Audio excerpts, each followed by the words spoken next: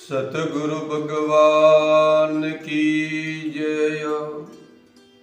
जागीने जोऊं तो जगत दिसे नहीं, ઊંઘમો અટપટા ભેદ ભાસે, ચિત્ત ચૈતન્ય વિલાસ તદરૂપ હૈ, બ્રહ્મ લટકા કરે બ્રહ્મની પાસે। જો તમે જાગી જાઓ તો આ જગત દિવસે પણ નથી। આ જાગ્રત નગરી એટલે સ્વરૂપની નગરી છે, કારણ કે આ જાગ્રત જગત જે છે એ સપનામાં રહેતું નથી। સપનાનું જે જગત છે એ જાગ્રતમાં રહેતું નથી, અને જાગ્રત અને સપન એ સુષુપ્તિ અવસ્થામાં રહેતું નથી, એટલે સત્ય નથી। જે તમને કંઈ દેખાય છે એ ભ્રમ છે, ભ્રમણા કહેવાય, કલ્પના કહેવાય। પણ જાગ્યા પછી ત્રણ કાળમાં આ જગત નથી, એવું નરસિંહ મહેતા કહે છે। ડોયડીમાં સાપ જો એ ભ્રમણા, જ્યારે અંધારું હોય ત્યારે ડોયડી પડી હોય ને ડોયડીમાં તમને ભ્રમ થાય કે આ તો સાપ છે।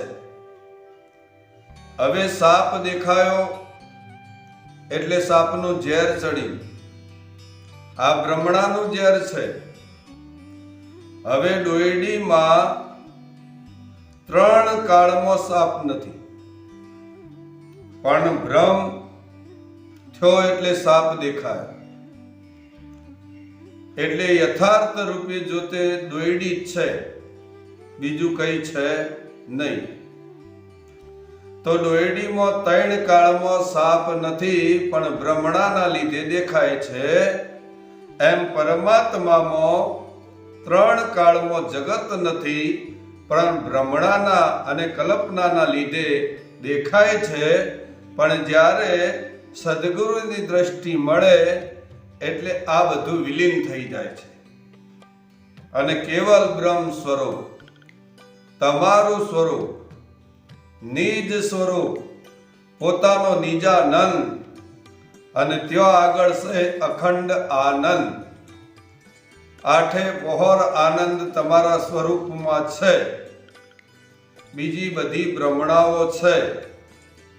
આ સ્વરૂપને પામવા માટે એક સદગુરુની દિવ્ય દ્રષ્ટિની જરૂર છે।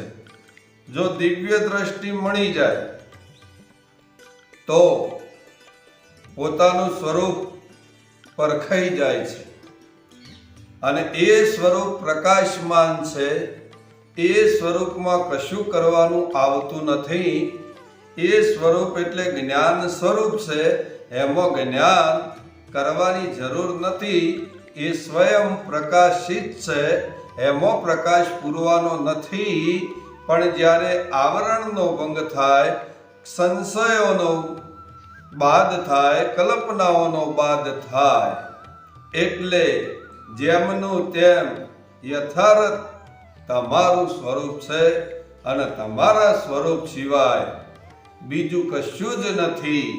એકાકાર, વ્યાપક, પરિપૂર્ણ આ અસ્તિત્વ આદ અનાદિકાળ પહેલાથી જે આ સ્વરૂપ છે એ પરમાત્માનું સ્વરૂપ છે। જે સત્ય છે એ જ ઈશ્વર છે, અને ઈશ્વર છે એ જ તમારું સ્વરૂપ છે। આટલું સદગુરુ દ્વારા આપણને સમજાય છે। બોલો સતગુરુ ભગવાન કી જય।